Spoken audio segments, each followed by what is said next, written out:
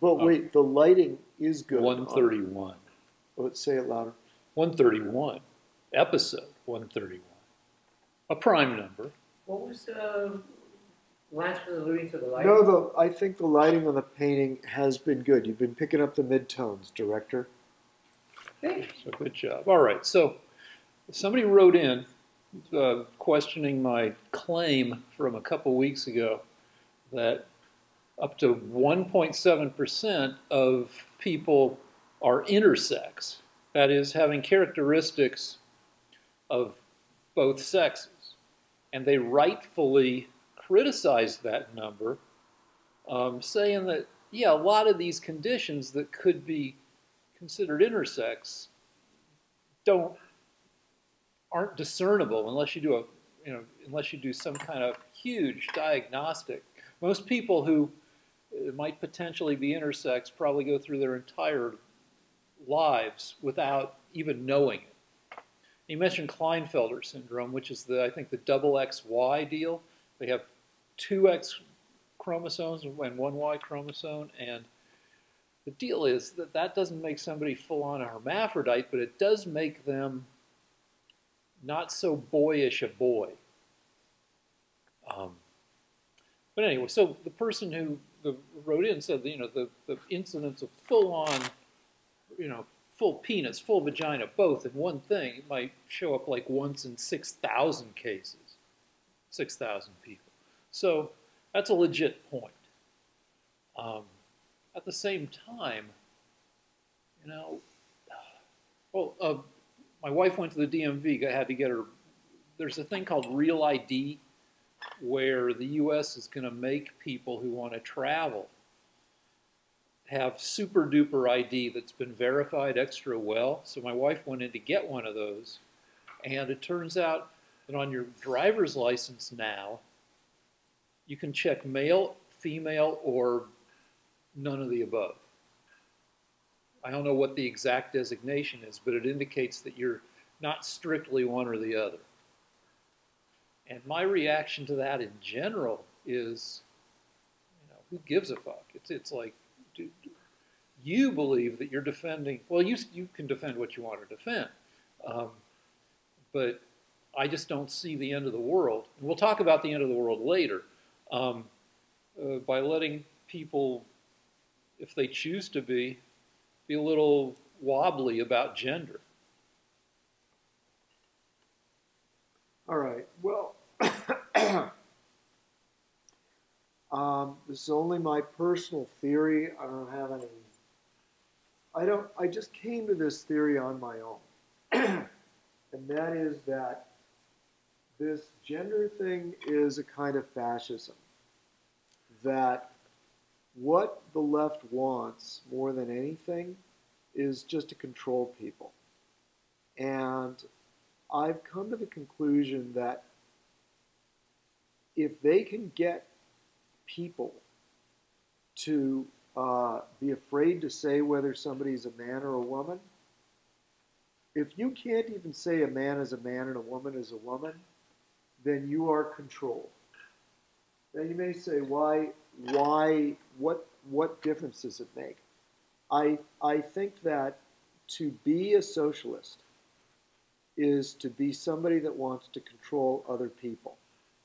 We want to control our lives as much as possible. And so there was actually an important Democrat political strategist. And he revealed this year that global warming is simply a way of controlling the whole economy. Whenever something comes up, you can say, well, there's global warming. If we don't do this, then you can start controlling huge areas of the American economy. Climate change. No, I call it global warming, and because I think global warming sounds more stupid, and so I don't want to give it the dignity of whatever the climate changes to, that means the Democrats are right.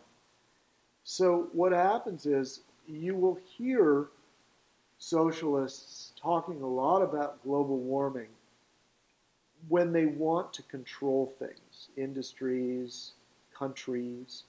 But I think from a personal standpoint, if you can't walk down the street and say, that is a man, that is a woman, or you'll be attacked in some way, then your mind is being controlled and your speech is being controlled.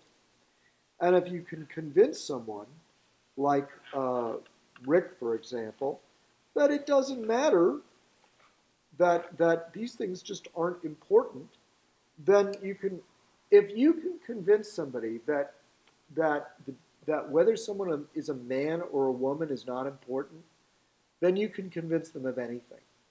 You can convince them that high is low, that black is white, that the sun is the moon. It's just a way of controlling people, and so I would like to congratulate Rick on a victory because he's been able in a Democrat state to get people to accept something that's insane. Not two Democrat states, because my kid went to college in New York City, and like half of her friends were, crossing gender lines of some form or another. Well, congratulations. You totally fucked up a whole generation, Rick. They're all delightful people, except for one. One is kind of an asshole, but with regard to climate change, you say it's socialism. I think climate change is a way for... Hang on. Look, just cover yourself so no one... just stop the camera. Okay, all right. So I was going to say that what climate change is an opportunity for capitalists to make an ungodly buttload of money. Venice flooded this past week, 3.5 feet deep in some places. The deepest floods in, 50 years? And they say it's going to cost at least $10 billion, and I'm guessing triple it, $30 billion bucks to save Venice. Somebody is going to, a lot of people are going to be benefiting from those $30 billion. Similar shit's going to have to happen around New Orleans, around southern Florida, around Manhattan, and all these other frickin' places that are threatened by rising ocean levels.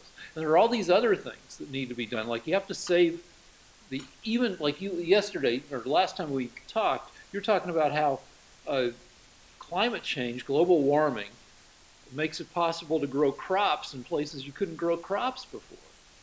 So, you can grow more crops. But that doesn't solve shit like ocean acidification. So whoever figures out how to solve ocean acidification so we can continue to have fish, that person will make, or company or set of companies, will make many tens of billions of dollars. Climate change may be the second biggest industry of the 21st century, with the first biggest industry being medicine plus life extension. And so you say it's socialism, I say fuck that, it's a way to make some fucking money. I have no response to that. All right, so let's go on to something else. Let's talk about my butt report real quickly. So my butt got fixed. It's been a month since I had surgery. They got rid of my internal hemorrhoids, but somehow that made the external hemorrhoids angrier. I guess because like when you squish a balloon in one place, then the balloon gets bigger some other place. But I like to sit down to pee, but I'm not going to do that anymore because it just means that I'm putting pressure on my butthole, which is hanging over the toilet seat, and might bring the hemorrhoids back.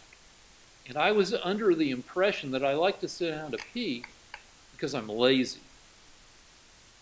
And sitting's easier than standing. What I had forgotten until I started standing up to pee more is that I started sitting down to pee because the pee comes out of my thing in two distinct streams that are divided by about 35 degrees. And so I have to like get way down. I have to be like this to make sure both streams go into the toilet. So that's why I sat down to pee. But what are you going to do? So to lead us into this next topic, okay, who said this? Well, wait a minute. That was just so profound. I just wanted to say, maybe we should dwell on that a little more. Well, I know several. I don't have. Say about you. Yeah. Well, no. The deal is, I have. I believe. A forked stream. I believe that I have a single urethra, but I've known at least two people. I mean, maybe I've known more. It's not something that most people talk about, but I've known at least two people who've had divided urethras. I've heard of those. And that for sure, then you get two streams, and it leads to all sorts of problems. And they have to get it. They have to get in there, and with scissors. And anyway, it's not a fun thing. We're going into a new stream of consciousness here. Yeah. Who said this? And whoever answers first. Was it Schiff or was it Nunes? Democrats are distorting Ukraine's story in bid to smear President Trump. Well, that's Nunez, of course. Or is it Stefanik? Is it at least Stefanik? Okay. So do you feel that what's going on there with the Ukraine story? Is that enough? Is that an impeachable offense for you? What's going on with the Ukraine? Well, I mean, Trump will. We have to always clarify for viewers. I think the motto of this show should be, we take the news and make it stupid. But anyway, just to clarify, impeachment has two parts, or three, or however, it's right now, Trump is not impeached. They're having impeachment hearings, both closed hearings and open hearings in the House, to help decide if they should hold a vote to impeach him. Once impeached, that means that there's a trial of the president in the Senate to determine whether he gets kicked out of the presidency or not. So we're not even at the vote in the House. Tomorrow, it's going to be another week of open and closed hearings. I think there are going to be 8 people testifying next week, I think in open hearings, but I could be wrong, about various aspects of this Ukraine deal. And yeah, he's fine. He looks a little angelic. He looks, he's no Jim Jordan with his rolled up shirt sleeves. But he's fine. But Lance has stuff to say. No, I just, so far, they asked, they had 2 State Department officials, a number of Mr. Kent, and who was the other one on the first William day? Taylor. Taylor, and then they had this woman, Yovanovich. Yovanovich. I got that right. And they asked all 3 of them, has Trump committed a crime? And all 3 of them said no. Well, they said they. Did they say straight up no, or did they say they weren't in a position to say? No, they just said they didn't know, not to their knowledge. Not to their knowledge, which is a different thing. Or just no. They asked him, has Trump committed a crime? And all 3 of them said no. They asked them things like, did he commit bribery? No. Did he commit extortion? No. Treason? No. So all 3 of your witnesses can't come up with an impeachable offense. It doesn't have to be a crime to be impeached. Well, yes, it does. High crimes and misdemeanors. Well, I guess the misdemeanors. I don't know. I don't fucking. Yeah, it does. And since none of these 3, those are their star witnesses. Those are their strongest witnesses. New stuff keeps coming out. Like they're going to have Sondem. What's his name? They can have as many people as they want, but they have led with their 3 top people, and none of them have come up with any crimes. Rick, have you come up with any crimes? since you want him impeached so badly. Yeah, they didn't say no. They didn't. They said Do we have to look it up, Rick? probably. Nah. I mean, they said they're not fucking lawyers. Basically, No, but you know if a bribery or extortion or treason has taken place, you don't need to be a lawyer. Have there been any crimes, Rick? Don't you think that tweet was Don't intimidating? interrupt me. I'm sorry. I'm sorry. I was about to answer the question. I believe Rick had a crime. he was going to help. He was helping me, and actually, like, all right. So Trump tweets that if this were a normal, it's not even a trial yet, but if this were a normal, you know, if this were like a mob guy on trial, that somebody wrote that they've seen people prosecuted for witness intimidation for as little as a raised eyebrow at a witness. Oh, I see. So you think the president should be impeached for a raised eyebrow? That shows a lot of fairness. No, I'm just saying that what the director was asking me is it witness intimidation what Trump did with his tweet? Which is, he just tweeted, he said, you know, Marie Yovanovich, everywhere she goes in her long history of being a diplomat, has turned shitty. She was in Somalia, and she was in Ukraine. And it turns out she's been stationed in like 8 different countries, including the U.S., Canada, Great Britain, Kyrgyzstan, a bunch of places. Anyway, like was it witness intimidation, Rick? Go. So has Trump been guilty of witness intimidation? Well, I'm not a lawyer, especially one specializing in witness intimidation, but I'm going to go ahead and say yes, it's fucking witness intimidation. The President of the United States is tweeting at a witness while she's giving testimony. Yeah. Okay, here's why it isn't witness intimidation. You don't need to be a lawyer to understand this. In order to intimidate a witness, you have to call the witness before they get on the stand. And you have to say, I'm going to break your legs if you say anything against me. If the witness is already on the stand and Adam Schiff decides to read the president's tweet to her, that's laughable, Rick. And for you to grab at straws and say it's witness intimidation, Well, here, I'll grab it some more. just shows how biased you are. I'll grab it some more, but Just shows how biased and unfair you are. I'll grab at straws. I'll grab at paper straws because plastic straws really fuck up the oceans. He's already engaged in a campaign of booting her out and just trying to wreck her reputation. Here he is doing it in plain sight.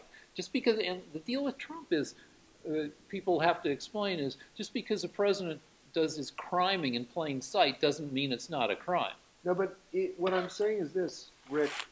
This is going to take some logic on your part. I know that sometimes you get a little emotional, so let's go over this again. If the witness is already on the stand and doesn't know what you're saying about her, then she can't be intimidated. If Adam Schiff reads it to her after she's already given her testimony. Not after, because she had like, what, 11 hours up there? So it was during her testimony. Why did Adam Schiff read her the testimony? Because that would make him intimidating the witness too. Okay. No, wait, why did Adam Schiff read Trump's tweet? Because that would mean he was helping. All right, fine. So, fine, prosecute Adam Schiff too. Because it shows, like, what a dick Trump is. Well, why is that impeachable? It's not witness intimidation. But, Rick, it's not witness intimidation. Who's more powerful, John Gotti, Rick, who's dead? Rick. She was already on the stand. It was Adam Schiff's choice to read the tweet. If she had heard the tweet before she got up, it might affect her behavior. But since she's already giving her testimony, it was Adam Schiff's choice to read the tweet. How long into her testimony did he say? I don't know the minute. Probably like an hour in. So she still had another 8 or 9 or 10 hours to go. Well, then why did he do that? To show that Trump is still trying to fuck with And then turn around and accuse Trump of witness intimidation. Sure. But Rick, that's You an think he was? obvious. It's an obvious deceitful action. It's like causing a crime and so that you can accuse the president. It's not fair. This is America. Remember, it's not Venezuela. So it's not a socialist country. So you can go ahead. So it would have been okay if he's still the guy who wrote and published the tweet. And she hadn't heard it, so she hadn't been intimidated. Well, so what if there was no way what if they took a have... break for her to pee and somebody mentioned it, a reporter mentioned it to her out in the hall? Well, I mean, he still wrote the tweet. The tweet was seen by. Trump has 50 million followers on Twitter, 60 million. So it was going to be seen. He wrote it with not unless a Democrat told her. If Democrats want to create a crime, that's really not fair, Rick. I know we have to be fair. You have to be fair. You can't create a crime and then accuse the president of that crime. Yeah, I wrote a tweet that was mean to her. And it's not like she's not, it's not like he wrote it with, you can bitch to your friends if you're John Gotti. You can say, that fucking twat, and with no expectations that she'll see it. But the guy has 60 million followers. He didn't write the tweet with the expectation that only his friends would see it. Right, but not before she went on. Not before she was already testifying. All right. Fine. We'll move on to the next thing. Wait, and there's more. This woman, Yovanovich, had been monitoring prominent Republicans. She'd used State Department money and State Department personnel to monitor important Republicans. Monitor them how? She had them eavesdropping on their Facebook accounts and on their public, their Twitter, and any of their public utterances. She was using State Department personnel to follow Hannity, John Solomon, half a dozen other important Republicans. With why and where is this? Because she was involving herself in monitoring her perceived enemies and using State Department employees and money to do it. And did you hear this? It's illegal. Did you hear this or did you read it? Okay. Do I have to look it up, Rick? Yeah.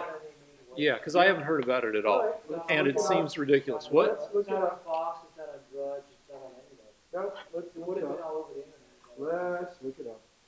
That's why she was removed, among other reasons. Crazy the other reason conspiracy. The other reason is that the president of Ukraine didn't like her. You can't have an ambassador in a country where the president specifically says, "I don't like this ambassador." Not if he's an ally. We weren't at war with the Ukraine, so she was removed for a variety of legitimate reasons. Now I'm going to look it up, turn the camera off. I just want to ask Rick, what's your opinion on Louise Stefanik? She's, I don't know, this is a Republican congresswoman from New York. Stefanik, yeah. Who got upset that, according to the rules of the hearings, that she wasn't allowed to ask questions at a certain point in the hearings, though she did get to ask her questions, I don't know, like an hour later. And so, I don't know, she was being grandstandy the way that Jim Jordan and Nunez and she was being grandstandy. She got to ask her questions. So, you can shut it while we do this. Really? All right. Here, can I According to the Washington Examiner, a partisan newspaper. Congressman Devin Nunes. Oh, come on. Has said lawmakers have been told about strange requests to use government resources to monitor journalists. The top Republican on the House Intelligence Committee stressed Wednesday evening that he has not confirmed the allegations, but is seeking answers from the State Department.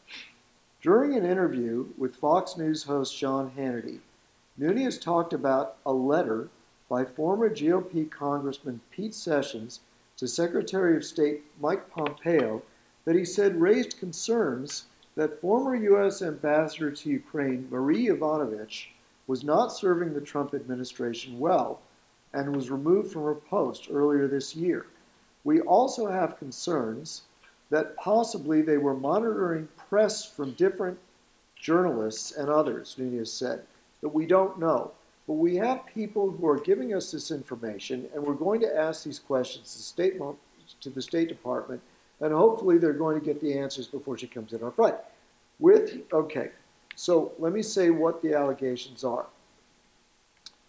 Hannity said he has heard from multiple sources who believe there is evidence that government resources were used to monitor communications of American journalists, including Fox News contributor John Solomon, related to the Ukraine, and positive that Yovanovich may have been involved. What I've heard, according to Nunes, and what I want to be clear, there's a difference. What I've heard is that there were strange requests, irregular requests from Yovanovich to monitor not just one journalist, but multiple journalists. Do you monitor journalists? I Lance? do. Yeah, you read shit during the week. Uh-huh. And I read shit, hold on, the Washington Examiner. I think not as bad as the Washington Times, but in that general direction. Our director reads monitors a shitload of journalists during the week. My wife worked for a famous person, and she had a clipping service and I worked on a show that had a host who was prominent, and that person had people working for him who would, find clippings that were pertinent both to him and to the world in general, and would, give him clippings. My job actually at that job for 11 and a half years was to look at the news every day and say, here's what people are saying, and here's a comedy angle on that news. So Yovanovich, and nothing about this is substantiated, and even if it were, she may have had an employee or two, like looking at what people were saying about Ukraine or about her, which seems to be part of her purview. What the nation she works for is saying and thinking about what's going on in the nation she's ambassador to, that seems to fall under her purview. All right. I could go on because that was that was an old article. And plus, nothing was substantiated. No, since then it turns out that she was monitoring Hannity, Solomon, and half a dozen other major Republicans. Now, Rick, in his effort to always support corruption and fascism whenever he can, it's not corruption to look at the news. Yeah, it is. If you call Hannity the news. Rick, it is. It turns out that if you're an ambassador, it's illegal for you to use any of your staff to monitor American journalists. According to whom? Whether it's public information or not, it's a violation of the Fourth Amendment. Because, I don't know what the Fourth Amendment is. It's the right to privacy, the right to avoid search and seizure, illegal search and seizure. It's related to that. You see, Rick, I know you want to live in a dictatorship. So Hannity gets paid $30 million a year you're interrupting to go on the air Rick, 5 hours Rick, you're interrupting a week. Is that how you're going to win now? Well, yeah, maybe. Can I make my point? Hannity talks to Rick, 3 million people a night. Is something different tonight? You're just not going to let me answer the question or speak? Go ahead. Okay. Now let me explain it. Calm it down. When the U.S. government, particularly an ambassador, a member of the State Department, uses their office, their aides, their resources to follow Tom Fitton from Judicial Watch was one of them, Hannity, Solomon, their tweets, their Facebook posts, anything that they do that is not what the government is supposed to be doing. Not with their time, not with our time and our money. They can do that on their own personally, privately, if they feel like it. But the point is that what it is even though these things were not secret, even public utterances, if a log is being kept of their political opponents, this is corruption. It's not, we don't want to have our government officials isolating different How do we know they were her political opponents? Because she was an Obama Democrat, and she worked for six presidents, including four Republicans. Rick, she only did this to Republicans. How do you know that? Because Nunez said that might be a thing? Okay, more information came out later, and it turned out that the people on her list were prominent Republican journalists. Who said there was a list, and who has the list? All right, stop the camera. All right. Okay, so Sarah Carter is a reporter, and she says that a source in the Intelligence Committee told her that she was being... Oh, Intelligence Committee? A source in the intelligence community said that she was being monitored, as well as John Solomon. Judicial Watch President Tom Fitton was also being monitored, and Sean Hannity. I can't find the article, but Sean Hannity announced it on his show. All right, and you'll have to. I mean, I could go through all his shows for the past That's month. fine. That's fine. So now it turns out there's more though. This gets more interesting.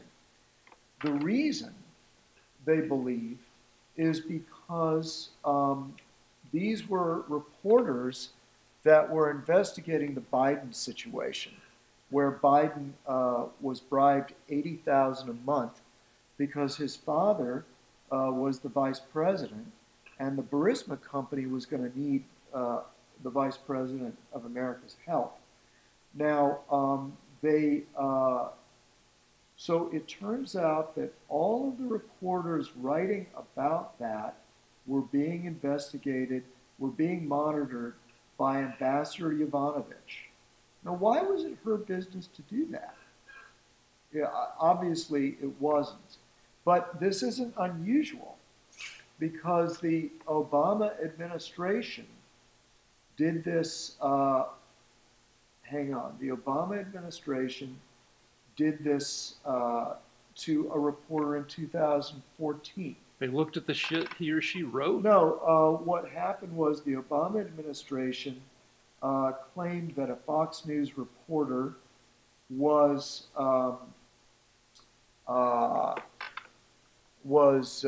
worthy of being surveilled and was surveilling a reporter for doing nothing. They tapped his phones, and they were monitoring him in secret. But she didn't do that. She had people on her staff read frickin' tweets. But the Obama administration actually was monitoring. Fine, but that's not her. That's just some other shit. No, but I just want to know. I just want you to know that this is the kind of thing Democrats do. I want to enlarge the discussion. She's been what aboutism of all the horseshit? The arguments made by the Republicans in this get increasingly desperate and horseshitty. Yeah, now the deal is, Yovanovich has been in the diplomatic corps since 1986. So she served under Republicans Reagan, Bush 1, Bush 2, and then for a while Trump. And then two Democrats, Clinton and Obama. So it's not like she's... Also, I looked up Burisma. Burisma's been the oil company that hired Biden's son. That company's been investigated, been the subject of 15 investigations. They've been investigated plenty. I don't know if that helps my point or not. But they had to pay, they were, I don't know, 10 years ago they were investigated for not paying enough in taxes. They had to pay another $1.9 million. You know, I don't know, they do corporate bullshit. All right. But it's not like they haven't been investigated. In 2009, let's see, in 2009, the Obama White House, all right. Yeah, you know, it's 2019. It's 10 years later. Who fucking cares? Talk about the shit that's going on right now. And let's move on to the next thing. Hang on.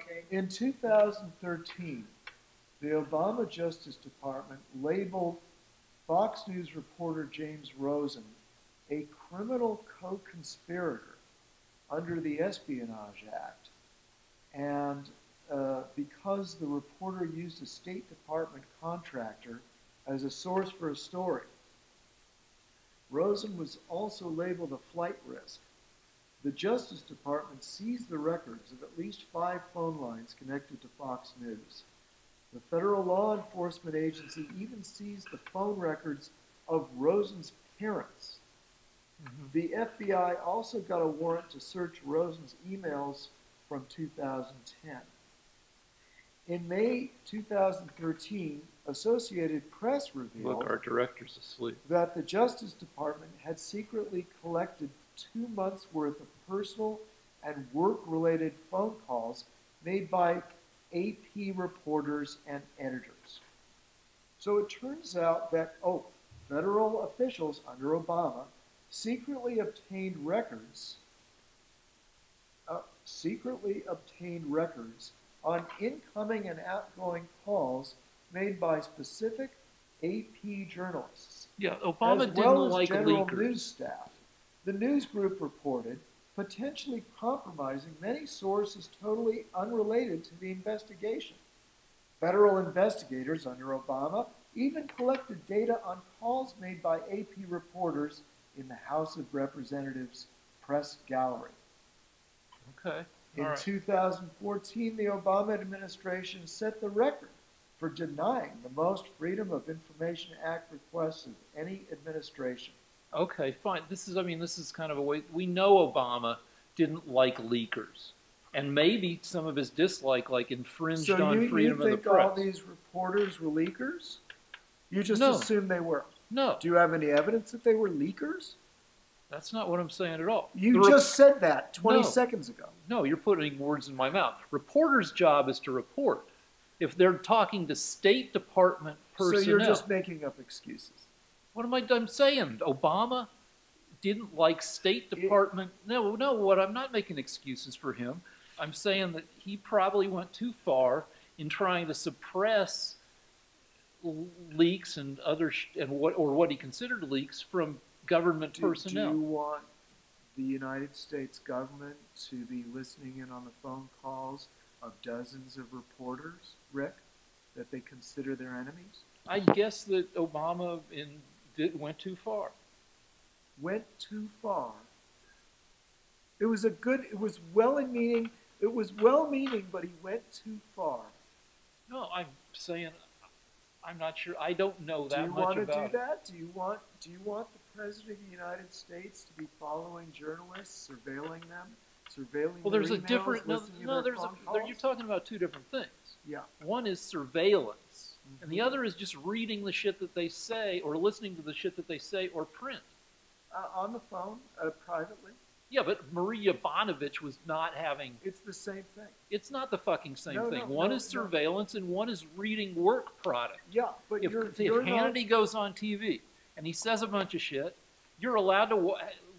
I believe it's fine to either watch Hannity yourself or have one of your staffers do a search for Ukraine. No, you're not allowed to do that. All right. Because people wiser than you decided that was corrupt and didn't want American State Department to be surveilling American news. It's not surveillance to watch the fucking news. This is a crazy, bullshitty argument. This is public. It is surveillance for American State Department people getting taxpayer money on taxpayer time to be reading the Facebook posts of reporters they don't agree with. All right, so we're going to disagree and we should move on. Because I think it's no fucking big deal to have... You think it's the worst thing in the world, and I think it's no big deal to have... What do you think when Obama was caught, apparently, monitoring the secret conversations, the private phone calls of reporters that he considered enemies. That's worse. That's surveillance. That's Okay. not watching Hannity. There's Okay. surveillance and there's watching. What's the next fucking Okay, thing? so would you still vote for Obama knowing that he did that? Yeah. Okay, so you don't really care if the president is using the intelligence of the U.S. against its perceived enemies, against the president's Just because I enemies. vote for a guy doesn't mean that I approve of everything the guy does. Well, no, there's a pattern here, Rick. You see, you don't seem to care if the president if Obama uses the intelligence agencies to harass, surveil, and monitor his opponents. I just said it's not, I don't approve of that if that's what he was doing, and apparently it was. Yeah. That doesn't mean that I wouldn't vote for it. Yeah, but it doesn't, you don't approve of it, but it doesn't bother you. I mean, after all, they were Republicans, right? So you don't care. No, they weren't all, the AP is not all Republican. Okay, so he was even monitoring Democrats. He was monitoring a lot of people. And that's okay with you. No, it's not okay. I've just said that a bunch of times. So, but you don't seem concerned about it. because it's fucking 2019 and Obama hasn't been president for 3 years. Well, you voted for him twice, Yeah. and I'm trying to make a point here that I am consistently trying to keep America free of fascism, and you're consistently going along with it. You'd still vote for the guy, even though he was using the intelligence agencies Fine, to monitor yeah, fine, his fucking enemies. yeah, I'm a fascist. Let's move on to the next fucking thing. General Okay. conversation.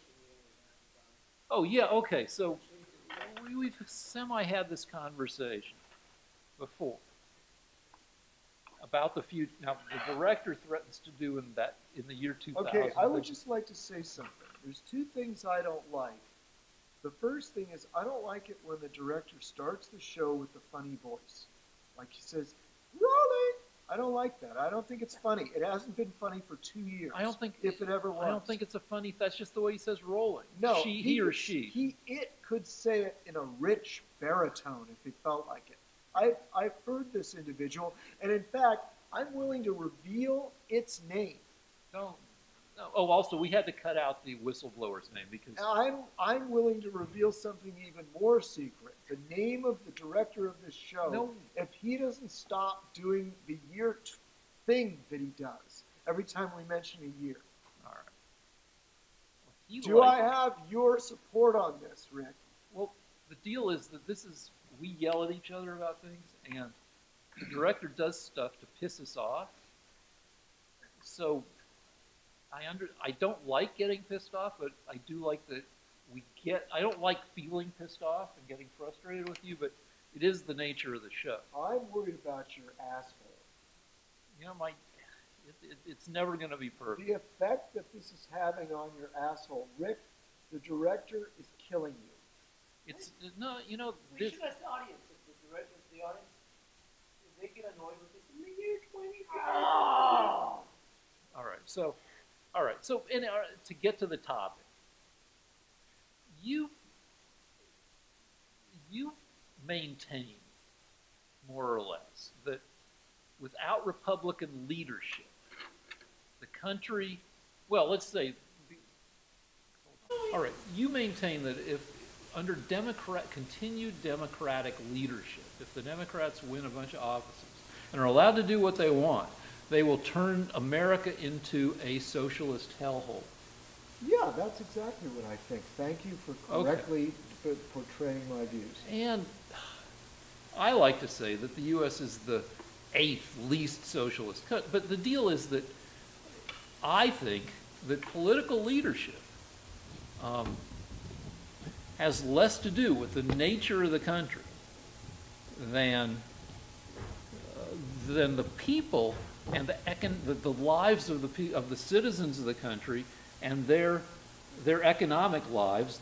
All right, we're back. We got a mic issue. We've had, I don't like Mitch McConnell. I don't like Trump. I don't like his cabinet.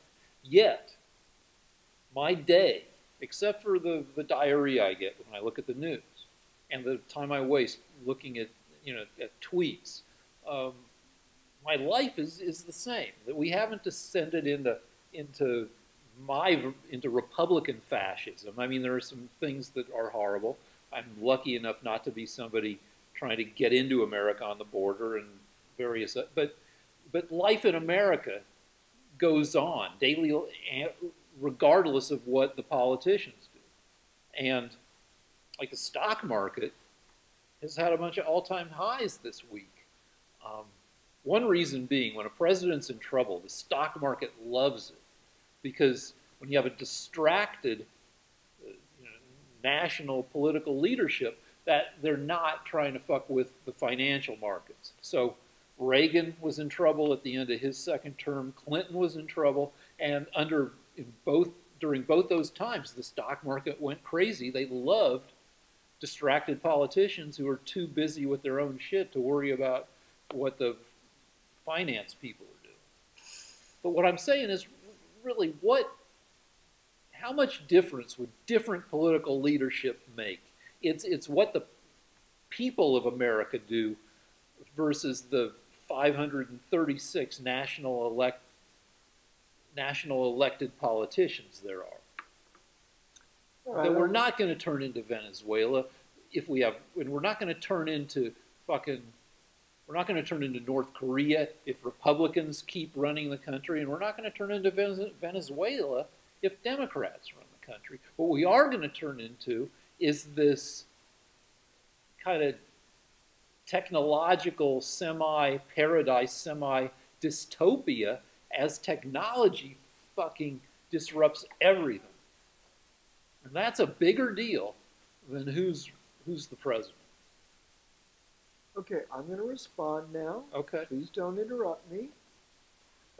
Let me give you some ideas of what it's like living in a Democrat-run state. I had a friend recently. She happens to be black, and she couldn't get a job in this neighborhood, the neighborhood I live in. And the reason is because she doesn't speak Spanish. In the United States, a black girl couldn't get a job in Los Angeles because she couldn't speak Spanish, because the Democrats have allowed so many millions of people to come over the border that now the whole neighborhood is bilingual. Well, it's not bilingual, it's Spanish apparently. And another thing in my neighborhood is we have homeless encampments. So if my friends or me have to walk a couple of blocks in any direction, we'll come up to a homeless encampment. In San Francisco, this week, or recently, I don't know the exact day, Rick, they passed a law that it's legal for people to defecate on the streets wherever they want. So what that means is, if you're a homeless person in San Francisco today, you can take a shit on the street. It's not illegal. It's not illegal to sleep on the street. It's not illegal to request sex from a stranger for money. I also was conned a couple of years ago into... The sex for money sounds like prostitution. Yeah, it's not illegal in San Francisco. I was also forced to spend well over about the amount of money that I needed to buy rent, to pay for my rent, to get this Obamacare that I did not ask for. It was a month when I would have preferred to be able to pay the rent, but I couldn't because the government, the Democrats, were forcing me to buy Obamacare that I did not need. I'm not done yet, Rick.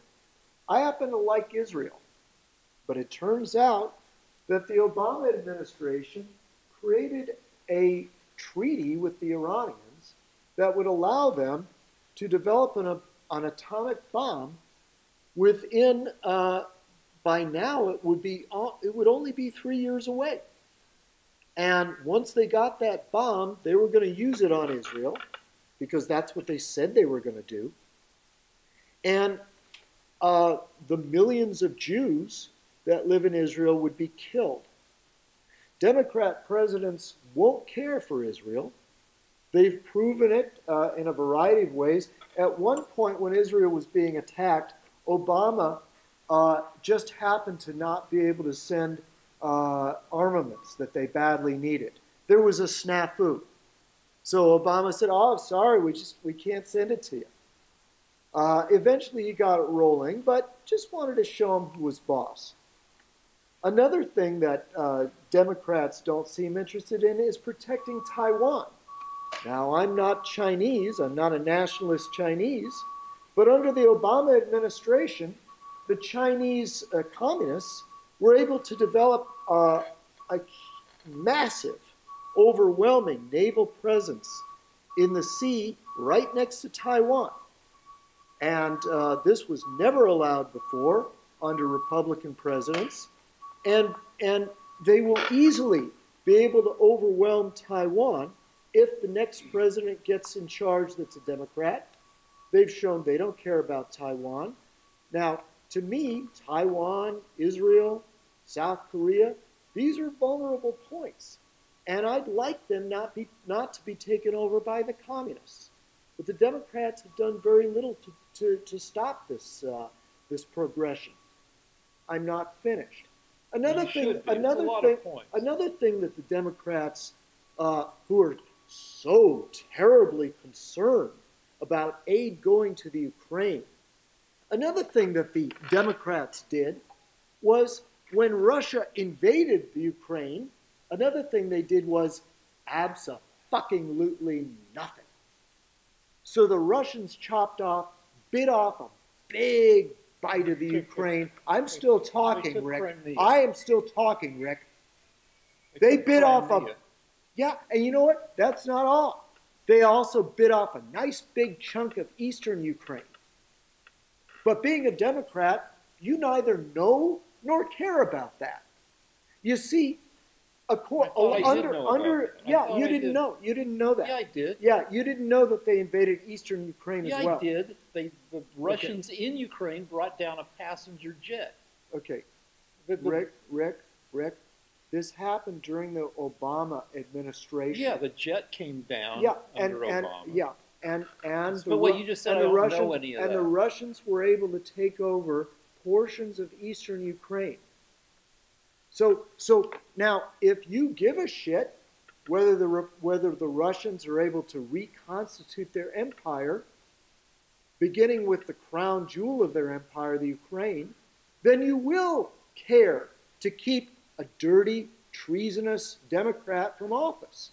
And furthermore, I would just like to contrast that with the behavior of a true patriot, Trump, who managed to give billions of dollars worth of lethal armaments to the Ukrainian military so that they could stave off the Russian threat. Are they allowed to use those armaments? Yes, they are. What about the ones that are locked up?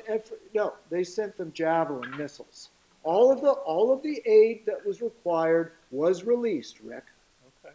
So, because I care about people shitting on the streets, because I care about not being forced to buy insurance I did not ask for, instead of paying my rent, because I would like black people to be able to get jobs in my neighborhood without speaking Spanish, because I care that Israel doesn't get nuked by Iran, because I care about the Ukraine being independent of Russians and Taiwan being independent of the Red Chinese.